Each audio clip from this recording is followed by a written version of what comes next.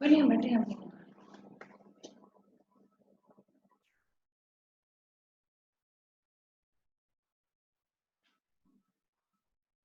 मुझे लेक्चर बता देंगे। वो बताया 38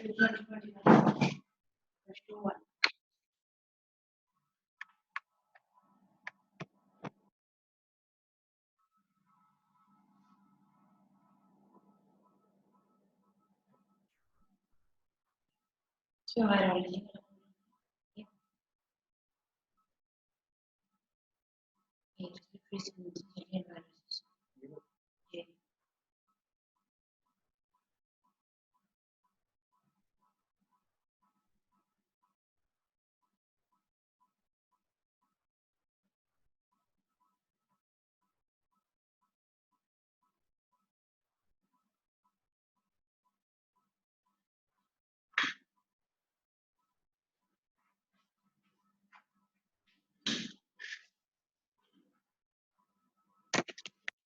Assalamualaikum students.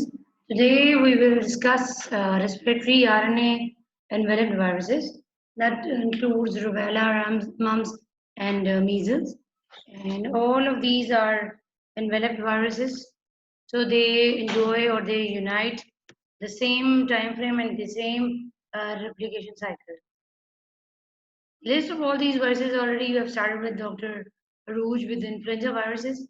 Para-influenza viruses are same like influenza viruses. Then respiratory syncytial viruses, rubella. These all includes measles, mumps, rhinoviruses, coronaviruses, Coxsackie viruses, and the other one. The important ones which are important as far as Pakistan's medical and medical virology is concerned are measles, mumps, and now corona we will also discuss, and rubella. We will discuss all these important viruses one by one. What are the common features which they enjoy together is in influenza there is no rash, there is no giant cell formation, and the type of vaccine is killed, and there is no immunoglobulin used. Respiratory syncytial viruses, there is no rash, and there is a giant cell formation, and there is no vaccine available, and no antibody and immunoglobulins are used. In the measles, yes, it's a rash kind of clinical picture, and then it is there, the giant cells are formed in there, and the type is live attenuated vaccine, and no immunoglobulins are used. In rubella, there is rash. In rubella, there is a rash, and then the giant cells are formed, and there is live attenuated vaccine, and but there is no immunoglobulin which can be used. In rabies, there is no rash, as you all know, we have already done that. There is no giant cell formation. While the killed vaccine is used, and yes, immunoglobulins, RIG, that is rabies immunoglobulins are used at the time of attack from the dog. These three are close friends and they live together. MMR, if you remember or if you have some small siblings, then you might know that there is a vaccine which is given at the name of MMR for the typical these three type of viral infections. First of all, we will do measles. Measles is basically caused by a virus, which is RNA virus, and the disease characterized by maculopapular rash. Now you should know what is macule, what is a papule, and then rash. You know, it's a allergic reaction on skin, which you can see with your naked eye. It occurs primarily in the childhood. Important features are genome, RNA, and the nucleocapsid of the measles. Those are typical paramyxoviruses. And the virion has two types of envelope, like spikes, and one with the hemaggglutinin activity, while the other one with the self-fusing and hemolytic activity. Like they are doing agglutination, as well as they are causing hemolytic effects on that particular area. It is a single serotype, and the hemagglutinin is antigen against which neutralizing antibody is directed. Humans are the natural host because of this serotype. What is replication of the measles? viruses. After the absorption to the cell surface via its hemagglutinin, the virus penetrates and uncoats the virion RNA polymerases, transcribes the negative strand of genome and then into a messenger RNA. Multiple messenger RNAs are synthesized, each of which is translated into viral proteins, and the no polyproteins analog to the synthesized by the poliovirus is made. There is no polyprotein analogous like in the poliovirus, which we will discuss in some other lecture. The helical nucleocapsid is assembled, and the matrix protein mediates the interaction with the envelope, and uh, the virus is released by budding from the cell membrane. If you see this slide, it's a very easy slide and easy to remember if you want to remember the replication cycle of the measles virus. And these are the spikes which are present on the outer surface, envelope surfaces of the RNA virus, that is measles virus. These are heme proteins and the fusion proteins. You can see these are two. When they are carried to the cell surface, this outer membrane is ruptured, and then the penetration and attachment of and penetration occurs, which the protein is assembled, and disassembly of the replication again occur. Then maturation is there again, and the small buds are formed through the cell membrane, and new viruses are generated, the progenies. How it is transmitted and what is epidemiology? Measles virus is transmitted by the respiratory droplets produced by the coughing and sneezing, both during the prodromal period and for a few days after the rash appeared. Prodromal period is that in which you have mild sickness symptoms. The typical picture of the disease is not there. That's why it's called prodromal period. And the rash is the exact after incubation, the exact picture of the disease which will occur, that is maculopapular rash. The measles occur worldwide, usually in the outbreaks every 2 to 3 years, when the number of the susceptible children reaches a high level. Every year, there's an outbreak throughout the worldwide, usually in 2 to 3 years, and this occurs when a susceptible number of the the children are reaching the infection by the measles. The attack rate is one of the highest of the viral disease. Most of the children contract the clinical disease on exposure. When this virus is introduced into the population that has not experienced measles, such as the inhabitants of Hawaiian Islands in the 1800s, devastating epidemics occur because of this disease. So this virus is having the capability of causing epidemics like other viruses, many viruses, respiratory viruses, only when if there is no exposure already. If you already have an exposure, then the chances are less to attack more children. In the malnourished children, especially those in the developing countries, measles is much more serious disease and then in well-nourished children. So the malnourishment of the children or anything which is lowering their immunity can give a very bad response as compared to those children who are well-nourished and they are healthy. Vitamin D deficiency is noticed to be the most important supplement in this regard, and there is no typical treatment of the measles viruses, but we can give supplements, and especially vitamin A supplement when aids to have quick recovery from the measles infection. Patients with a deficient with cell-immediate immunity, like AIDS patients, have a severe and life-threatening disease when they contract the measles. What is pathogenesis? After the affecting the cells lining the upper respiratory tract, the virus enters the blood and infects reticuloendothelial cells, where it replicates again. It then spreads via the blood to the skin. First of all, what will happen is that it infects the cell lining the upper respiratory tract, then the virus enters the blood, and then it infects the reticuloendothelial system, where it replicates, and then it spreads via the blood to the skin. The rash is caused primarily by the cytotoxic T cells attacking the measles. Viruses infected vascular endothelial system and antibody-mediated vasculitis also play a role in this. Shortly after the rash appears, the virus can no longer be recovered, and the virus and the patient can no longer spread the disease as well. When the rash is appeared, the patient will not spread the disease. So the infectivity of that particular patient regarding the measles virus will be. Multinucleated giant cells, which form as a result of fusion protein in the spikes, are characteristics of this disease. So these multinucleated giant cells are very, very characteristic, and you should remember this. Lifelong immunity. Once an individual is attacked by the measles, it usually gives lifelong immunity in those individuals. Although IgG antibody may play a role in neutralizing the virus during the viremic stage, but the cell-mediated immunity is more important. The importance of the cell-mediated immunity is illustrated by the fact that gamma globulinic children have a normal course of disease and are subsequently immune and are protected by the immunization. Maternal antibodies passes through the placenta, and the infants are protected during the first 6 months of life because of that maternal anti-IgG. The infection with the measles virus can transiently depress cell-mediated immunity against other intracellular organisms, such as the Mycobacterium tuberculosis, that leads to loss of the PPD test reactivity, reactivation of the dormant organism, and the clinical disease because of already pressing this one.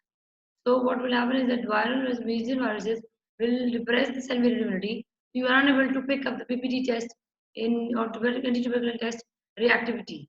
So you have to ask in the history you do this test for the once you do the test for the TB patients. The proposed mechanism for this unusual finding is that when measles virus binds to its receptor, that is CD446, on the surface of the human macrophages, the production of interleukin 12, which is necessary for the cell-mediated immunity to occur, is suppressed. So the proposed mechanism for this unusual finding that when measles virus binds to the receptor on the surface of human macrophages, interleukin 12, which is necessary for the cell-mediated immunity, is automatically suppressed. This is what are the clinical findings? After an incubation period of 10 to 14 days, a prodromal phase characterized by fever, conjunctivitis, that is causing photophobia, running nose, and coughing occurs. Complex spots are bright red lesions with a white central dot that are located on the buccal mucosa are virtually of diagnostic. So on the buccal mucosa, you can find these complex spots in the patients with having measles. A few days later, a maculopapular rash appears on the face, proceeding gradually down the body to the lower extremities and including the palms and soles. So it will go down to the lower extremities, and your palm and soles are first involved after your face. The rash develops a brownish hue several days later. If you see, this is the typical picture of maculopapular rash caused by the measles. Fever, rash, and upper respiratory infection is the main characteristic. What are the complications? Now, if the patient is having just these symptoms, normal symptoms, and the patient is coming back to recovery, then it's fine. But at times, in some patients, it becomes complicated. So, what are the three important complications? That is encephalitis, and it occurs at a rate of 1 per 1,000 cases of the measles, and the mortality rate of the encephalitis is 10%. There are permanent sequelae such as deafness and mental retardation in 40% of cases. In addition, both primary measles, giant cell pneumonia, and secondary bacterial pneumonia occurs. And because of this pneumonia, later the bacterial otitis media is also a very common, quite common finding as far as complications of normal rash journey of the measles is there. Subacute sclerosal panencephalitis is also a very important term, but a rare term, and it's a fatal disease of the central nervous system, and that occurs several years after the measles, and this might lead to the death of the patient as well. Measles in a pregnant woman leads to an increased risk of stillbirth rather than congenital abnormalities. Measles risk viruses infection of the fetus is more severe than the rubella virus infection, and so the former typically causing fetal death. So wherever the later causes congenital anomalies. Now, this is very important that the measles in the pregnancy is a high risk to stillbirth, but not to the congenital anomalies. While in the rubella, you have congenital anomalies, more chances of containing congenital abnormalities than the stillbirth cases. So you should know which one is important for which infection. Atypical measles occurs in some people who were given the killed vaccines and were subsequently infected with the measles virus. It is characterized by a typical atypical rash without Koplik spots, and because the killed vaccine has not been used for many years, atypical measles occur only in the adults and is infrequent. How you will diagnose in the case, mostly measles is diagnosed on the basis of history and clinical examination, and lab diagnosis is very rare. Only I think it's for the research purposes up till now. Most diagnoses are made on the clinical grounds, but the virus can be isolated from the cell culture. Viral cell cultures are very rare in Pakistan, usually only used for the research purpose. A rise in the antibody titer for rather than fourth fold, like four folds rise in the antibody titer can be used as a diagnosis of difficult case like those in which there is no typical history or clinical presentation. Unfortunately, there is no treatment for measles infection, and you have to treat the patient symptomatically. How you want to prevent? This is very important. Prevention rests on the immunization with the live attenuated vaccine. Now, WHO has kept the vaccine for measles in every EPI chart. This is important for all the kids less than 5 years. They receive these vaccinations as a public health care program. The vaccine is live attenuated in case of measles. And what I hope you know after doing general bacteriology that what is a live attenuated vaccine? It is that vaccine in which the virus or bacteria is present alive, but it's unable to produce the disease. So you have removed its disease-causing part by suppressing it or completely remove it, and but the virus is alive. The vaccine is effective, causing few sides of side effects. It is given subcutaneously to the children at the age of 15 months of age, and usually in the combination with rubella and mumps.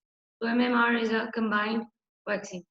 The vaccine should not be given to the children prior to 15 months of age because maternal antibodies in the child can neutralize the virus and reduce the immune response. So because of this, immunity can wane. So a booster dose is also recommended even after 15 months. The vaccine contains live virus, so it should not be given to the immunocompromised persons or the pregnant females. The vaccine has decreased the number of cases of measles greatly in the United States of America, and this is because in 138 cases were reported in 1997, and before that it was in thousands and millions. However, outbreaks still occurred among the unimmunized children, and usually in the inner cities or developing countries. And the children of the killed vaccine should not be used because immune globulin can be used to modify the disease if given to the unimmunized individuals early in the incubation. This is especially necessary if the unimmunized patient is immunocompromised due to any disease like AIDS or any cancerous process. Now, before starting with the next one, I want to ask a question for your intermittent attendance. Which is the mode of transmission for measles viruses? What is the mode of transmission, or which is the method which is the main method for transmission of measles viruses? I will give you 2 minutes and I will repeat the question.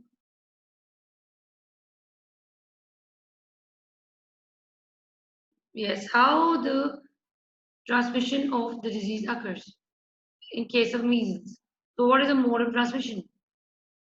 What is the mode of transmission for spreading the disease of measles?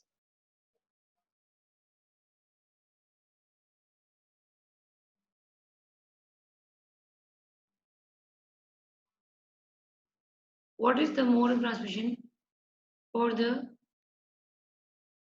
disease of measles?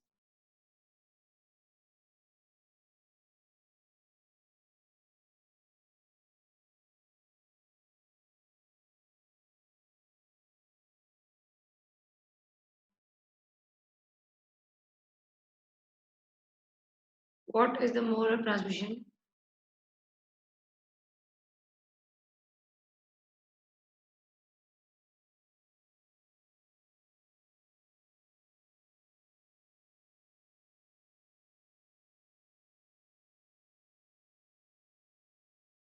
What is the mode of transmission for the spread of measles disease?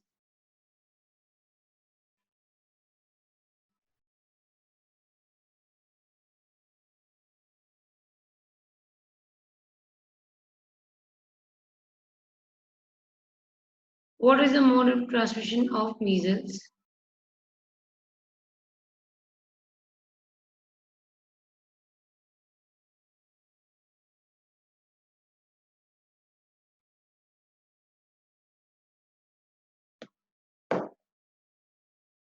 You keep answering the question and we will start with the next one. The next disease is mumps. This virus causes mumps disease and it's characterized by parotid gland swelling. So basically it's the inflammation of the parotid glands and it occurs primarily in the childhood.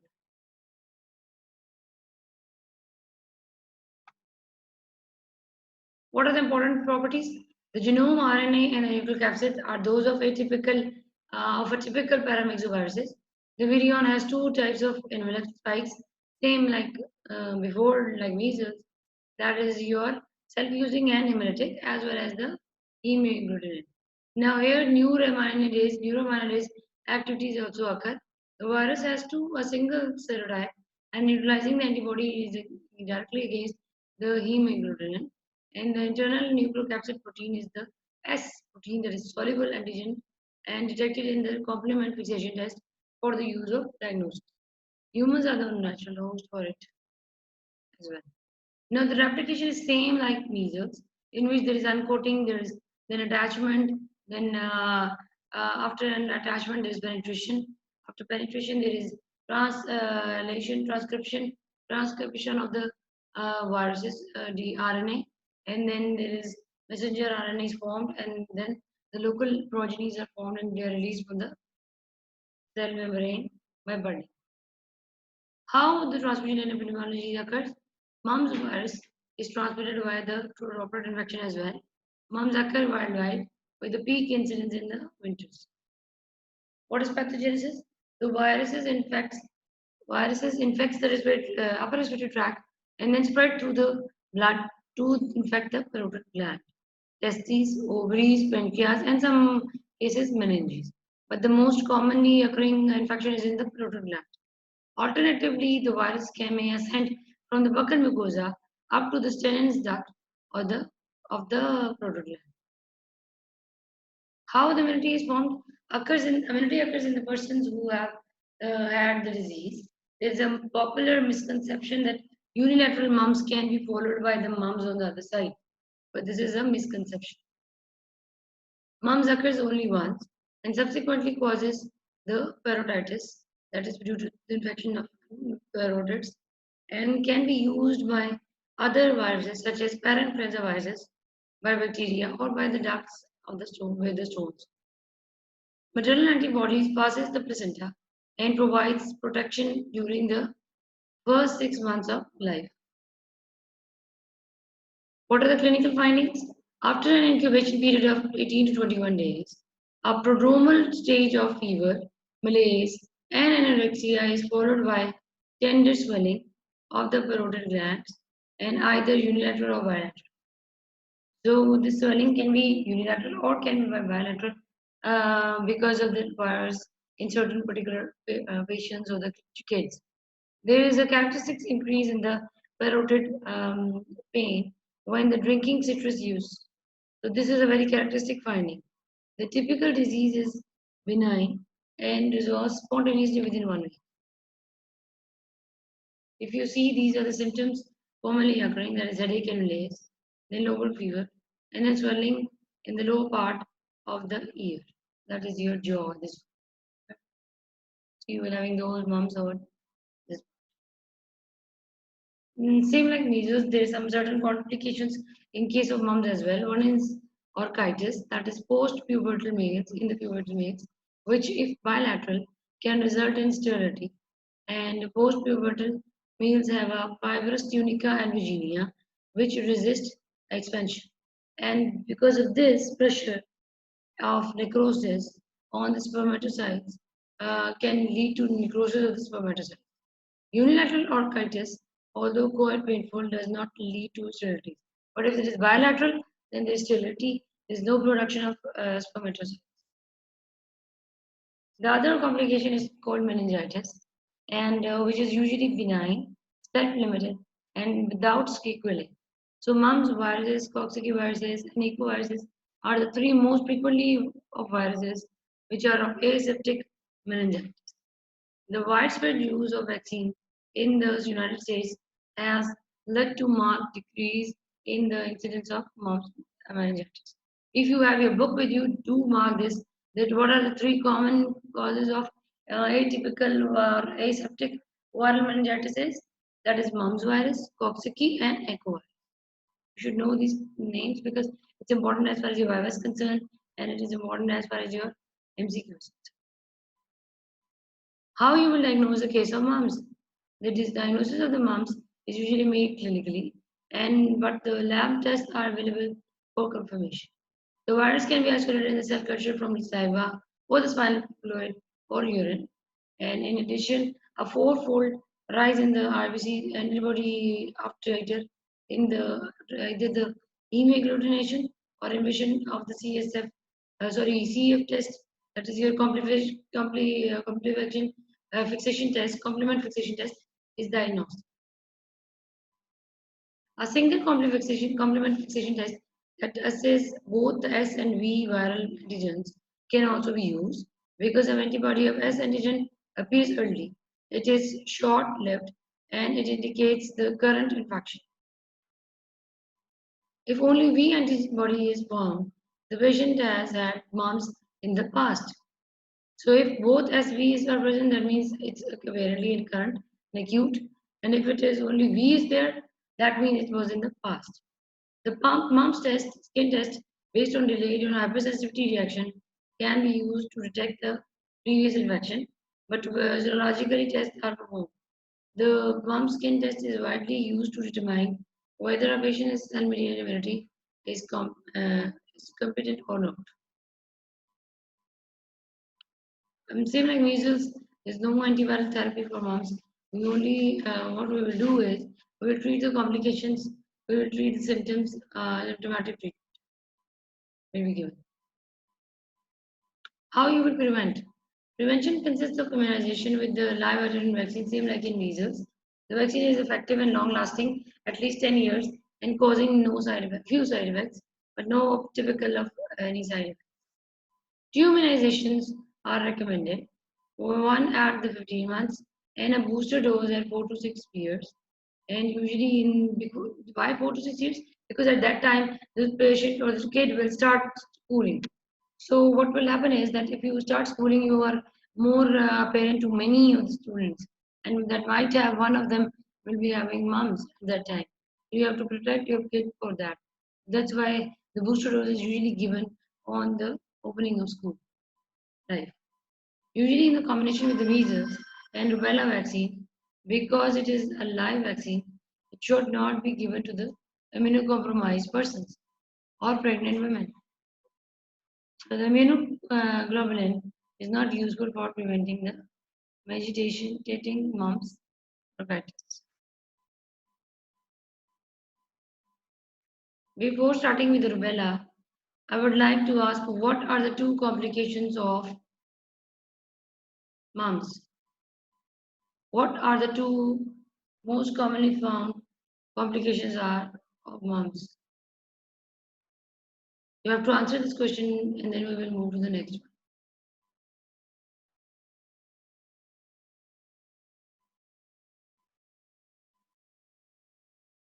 मुझे बस पानी दीजिएगा please थोड़ा सा पानी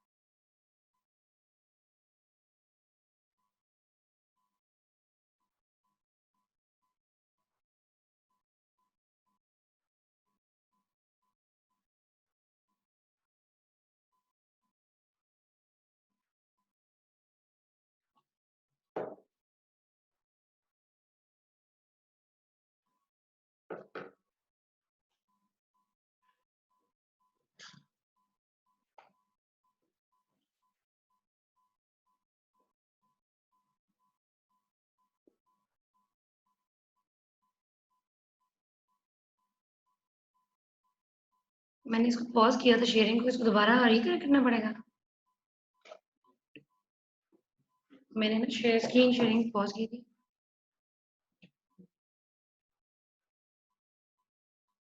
resume share मैं कर ली थी।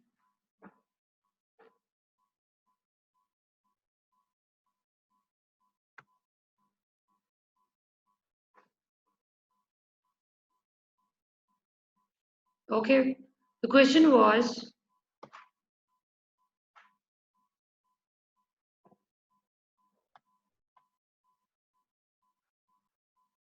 the question I was asking you before a few minutes is, what are the two complications of mumps?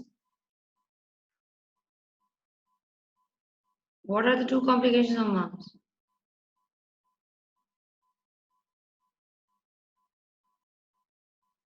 Many of you have answered it correctly, so I hope you are getting along with me. The next one is rubella.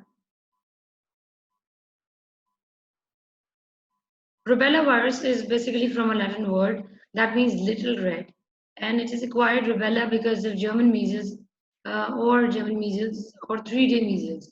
These three typical names are given to the rubella, but nowadays we know rubella as a rubella virus disease caused by an enveloped by single-stranded RNA, which is from the Toga virus family, and then highly it is contagious and transmitted through the respiratory secretions, and it occurs most often in the childhood. This virus causes rubella, that is German measles, and it also causes congenital rubella syndrome in those kids whose mothers get infection during the pregnancy. Congenital rubella syndrome is characterized by congenital malformations, which we will discuss later. What are the important properties of rubella? Rubella virus is a member of Toga family, and it is composed of one of the piece of single-stranded RNA and icosahedral nucleocapsid with the lipoprotein envelope. However, unlike the paramyxoviruses such as measles or mumps, it has a positive strand RNA, therefore has no virion polymerase. Its surface spikes contain hemagglutinin, and the virus has a single antigenic type. The antibody against the hemagglutinin neutralizes the ineffectivity, and the humans are natural hosts. What is replication? Because of knowledge of rubella virus, replication is incomplete. The following cycle is based on the replication of other Toga viruses. After the penetration of the cell, there is uncoating. Then a plus-stranded RNA genome is translated into several non-structural and structural proteins. Note that the difference between Toga virus and poliovirus is that there is as a plus-stranded RNA genome, but translates into RNA into a single large polyprotein, which is subsequently cleaved. On the other, non-structural rubella proteins is an RNA-dependent RNA polymerase, which replicates the genome and first by making a simple many-stranded template, and then from that plus-stranded progeny. Both replication and assembly occurs in the cytoplasm, and the envelope is acquired from the outer membrane as virion exists in the cell. Now this is a little bit complicated but not difficult. In the measles and mumps, what we were doing was is that there is a single stranded RNA which is next is negatively charged, and it was and a messenger RNA was formed in order to transcription is there. So transcribed that typical RNA strand by messenger RNA or enzyme. While in this one, what is happening is that there's a plus strand RNA genome, which is translated into further non-structured and structured proteins. And this is main replication description of Toga viruses. Exact translation or replication description of rubella is still unknown. So they follow the Toga virus replication cycle, and then this kind of replication is there. Poliovirus is also from the Toga viruses. The difference is that the plus stranded RNA genome is translated into RNA. and that RNA proteins or polyproteins are furtherly subsequently cleaved for particular structures, non-structural and structural proteins. While in this one, in rotaviruses, it's directly translated into several proteins. One of the non-structured proteins of rubella proteins is an RNA-dependent polymerase, and that leads to a plasmid progeny. And these progenies are then assembled and replicated and assembled in the cytoplasm, and then they are exist on the from the outer membrane. They exist from the cell. How it is transmitted in epidemiology? The virus is transmitted via respiratory droplets. So all three have same respiratory transmission and from mother to fetus. So direct or which is a this is called direct placental transmission is there, and this is also called as vertical transmission, that is from mother to fetus. And the disease occurs worldwide in areas where the vaccine is not used. Epidemics occurs every 6 to 9 years. In 2005, CDC declared that the rubella eliminated from the United States. A few cases that occurred in the USA were acquired outside and then imported from some other country. Elimination was made possible by widespread use of vaccine, and as a result of cytomegalovirus is a much more common cause of congenital malformation in United States after rubella because of rubella vaccine is there. What is the pathogenesis? Initially, the replication of the virus occur in the nasopharynx and the lymph nodes, and from there it spreads via the blood to the internal organs and the skin. The origin of the rash is unclear. It may be due to the antigen-antibody mediated vasculitis, and natural infections lead to lifelong immunity. Second cases of rubella do not occur. Similar rashes are caused by other viruses such as Coxsackie virus and ecoviruses. Antibody crosses the placenta and protects the newborn as well. What are the clinical findings? Rubella is milder and shorter disease than the measles. After an incubation period of 14 to 21 days, a brief prodromal period is there with the fever and malaise, which is followed by a maculopapular rash, which starts on the face and progresses downwards to involve the extremities. Then posterior auricular lymphadenopathy is characteristic, and the rash typically lasts 3 days. And when rubella occurs in the adults, especially women, polyarthritis is also caused when the immune complexes occur. Now, how you differentiate the rubella from the measles? It's short for the short time, and it has same macular rash, same pattern from face to the downwards and in extremities, but there is no public spots. There is no what you can say in the measles in the rubella, while there is no posterior auricular lymphadenopathy in the measles. And the rash typically occurs in 3 days, while in measles it's prolonged. And polyarthritis complexes due to immune complexes in the women occur if the infection occurs in the adults. Congenital rubella syndrome is a very important disease, and it is significance of the rubella virus is not as cause of direct mold disease, but for the teratogenic. When a non-immune disease is occurring in the non-immune pregnant women is infected during the first trimester, especially the first month, significantly congenital malformations occur. And this results due to the maternal viremia and fetal infection.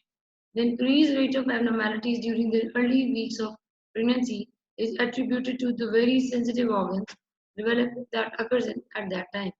This includes heart, eyes, and brain. So this congenital malformation is a triad of heart, eyes, and brain. What will happen? In heart, the patent ductus arteriosus will occur. In eyes, congenital cataract will be there.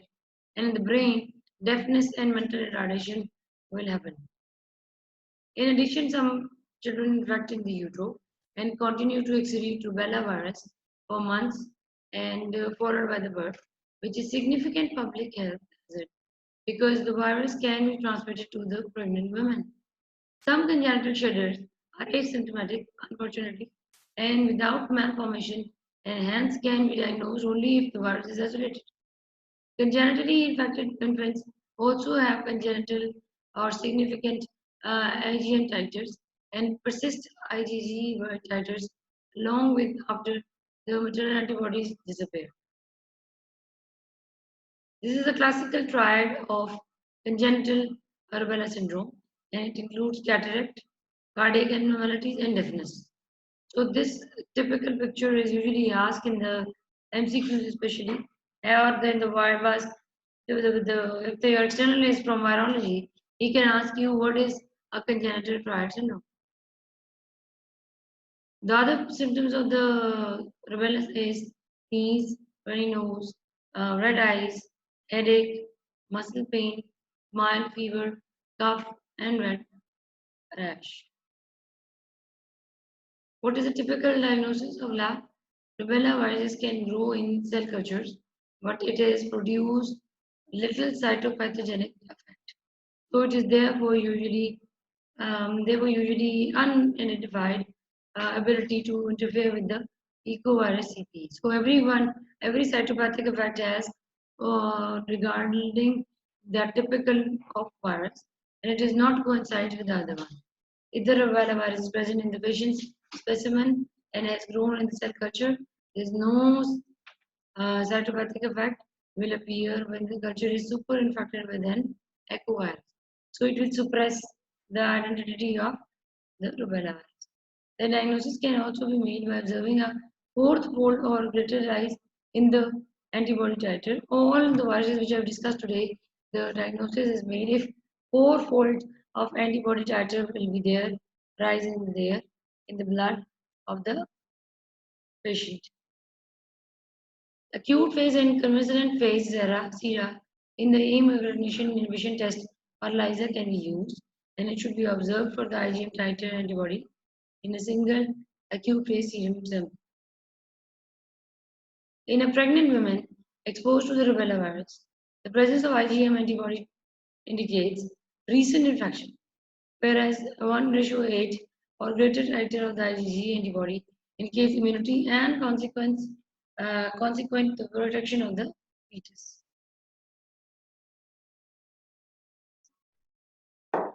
If the recent infection has occurred, an amino can reveal. This is basically you take the fluid of the amniotic fluid from the cavity of the placenta, and then you make and check the virus inside that fluid. There's no treatment, unfortunately, for the rubella as well, but you will go for the symptomatic treatment. And if the patient is the patient is pregnant and expecting, so you have to go through it. Typical, if you have visited the gynae wards, at the first 3 months, after 2 weeks, after complete 1 month, there is an anomaly scan is done at the 7th to 8th week of pregnancy. And in that anomaly scan, you usually rule out all the congenital anomalies that can be caused by rubella syndrome or by the cytomegalovirus. So you have to rule out that in the first trimester. How you prevent? We will prevent it against with the live attenuated vaccine. The vaccine is effective and long lasting and causes few side effects except for the transient arthralgia in some women, and it is subsequently given subcutaneously in the children at the age of 15 months along with the rubella and measles and mumps. And in the unimmunized young adult, women can also be given this vaccination if not pregnant, and will use contraception for the next 3 months so that you can avoid the pregnancy because of congenital rubella syndrome. There is no evidence that the vaccine virus occurs malformation, but because it is a live attenuated vaccine, so you have to prevent the patient from getting this disease. Immune serum globulin can be given to the pregnant women in the first trimester who have exposed to the known case of rubella, and for whom termination of the pregnancy is not easy or not the option because the baby is big now. The main problems with giving IgG are that there are instances in which it fails to prevent the fetal infection, and it may confuse the interpretation of serological tests. So that's why we avoid it. If termination of the pregnancy is an option, it is recommended to attempt to determine whether the parent baby is having same infected as described in the lab diagnosis section.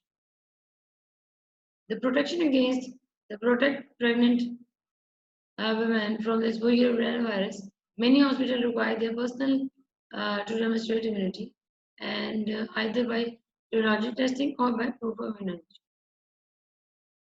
Now, this chart is very, very important as far as the autoimmune API program is concerned. This is the main chart of vaccinations which we are giving or following these days for the typical picture of kids that is less than 5 months, 5 years. In this one, hepatitis B, rotavirus, DPT, that is diphtheria, pertussis, and tetanus, and influenza viruses, then pneumococcal infections, then inactivated poliovirus, influenza, measles, mumps, or MMR, and varicella and hepatitis C. Now, this is the scheme which is organized by the WHO, but we are following this one. If you want, people used to have that one from the private setups, but in our government setup, this is the time when it will be given, and this is the viruses which are given infections as a vaccine for the program of first 5 years, and a booster dose at the entry of school. So these you can get it from anywhere from net. I also get taken from there, or you can take it from the lecture. And you should know, as far as microbiology is concerned, what are the viruses which are there, in which vaccination is available for, in which and of infections the vaccination is already given to the children in their childhood in order to protect them certain viral infections. And this is the time. This is the Urdu version of that typical APA chart. And you should know BCG is given for TB, for viruses, then OPV is given, then Penta 1 is given for the five different types of influenzas. Then OPV is also orally vaccine. Then pneumococcal infections are given. Then measles is given. And now hepatitis B is also entered into it, right? And that is very important. So the kids have hepatitis B protection as well. That's for all today. I know it is a very lengthy topic because covering all 3 days, because these all come together. So you have to do it together. If you know the replication of one in the one family, you can easily go through the other replication cycle. And if you have any other question, I will ask you to unmute yourself.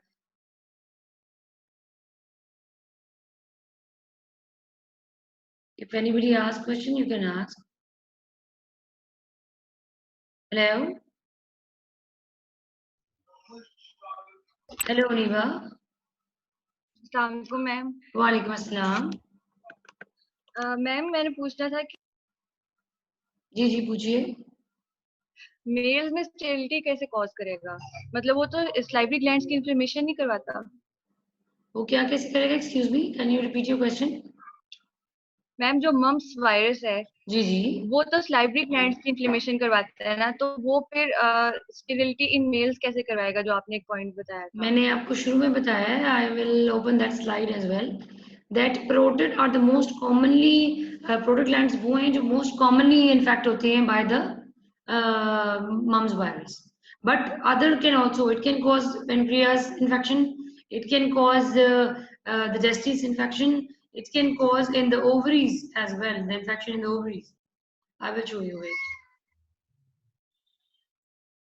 And this sterility is not common, but these complications occur in those patients who get this infection.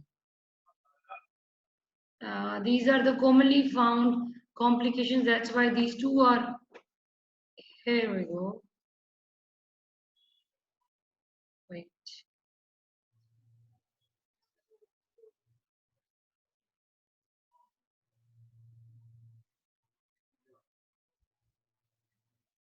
If you see, you can see, can the slide?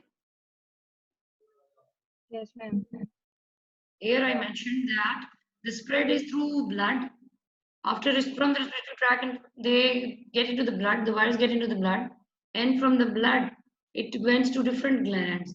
Now all these are glands in nature: parotid gland, testes, ovaries, pancreas, and in some cases meningitis.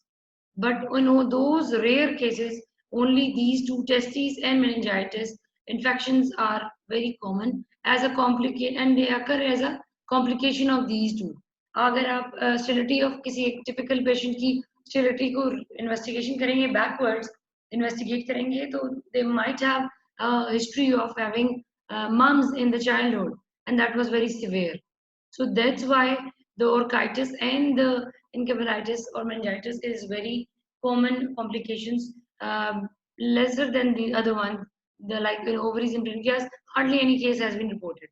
But this virus has the ability to infect all of these glands along with the meninges. So parotid glands are the one which are usually entertained in childhood and they get infection. और उसकी वजह भी ये है because एक तो उसका ascent आसान है from the buccal mucosa to the sentences duct जो आपकी parotid gland की जो block हो जाती है जिसकी वजह से आपके glands infect होते हैं और वो बड़े हो जाते हैं. तो ऐसा लगता है जैसे कुछ खाया हुआ है मुंह में ना. That typical picture of the mumps patient is there usually. And लेकिन complications आपको आएंगी सिर्फ usually जो हमारी रजिस्टर हुई है सिर्फ हुई वो meningitis में और orchitis में. And orchitis की वजह से वो भी orchitis भी तब होगा जो unilateral होगा तो वो sterility नहीं करेगा because the other testis is fine and it is causing the production of sperms. But अगर bilateral होगा then only करेगा. So it's a rare, but the only complications which has been registered are orchitis and meningitis. I hope it is clear.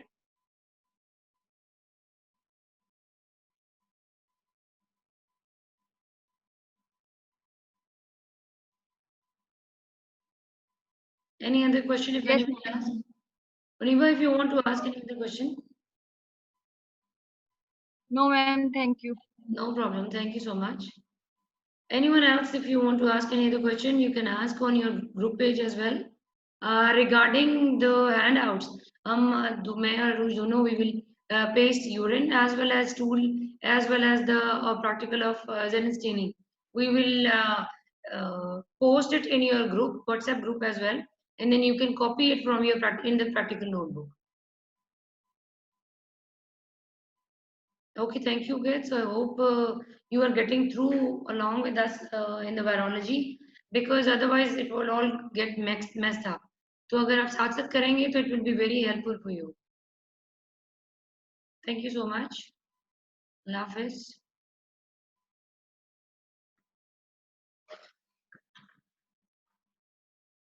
अभी है timing काफी लंबा हुआ था lecture से 45 तक.